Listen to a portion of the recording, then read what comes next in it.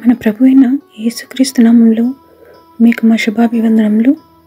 ఈరోజు దేవుని వాగ్దానము, ఆ మహిమ గుణాతిశయములను బట్టి ఆయన మనకు అమూల్యములను అత్యధికములునైన వాగ్దానములను అనుగ్రహించి ఉన్నాడు.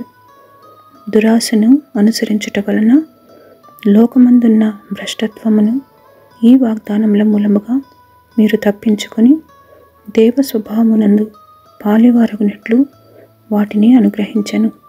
2 పేతురు 1:4. Because of his glory and excellence, he has given us great and precious promises.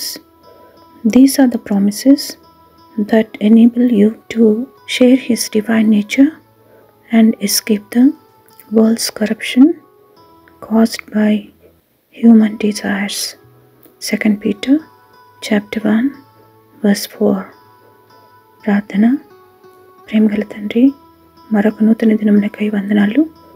మీ వాత్సల్యత ఎడతెగక నిలుచుచున్నది కనుక మేము ఇంకా నిర్మూలం కాక సజీవులుగా ఉన్నాం. నిత్యము నిలిచియుండు మీ కృపకై వందనాలు. మేము మీకు విధేయులమై మీ మార్గములలో నడుచుచు దీవించబడుటకు కృపనిమ్మని యేసునామములో వేడుచున్నాం తండ్రి. Amen. Have a blessed day. God bless you.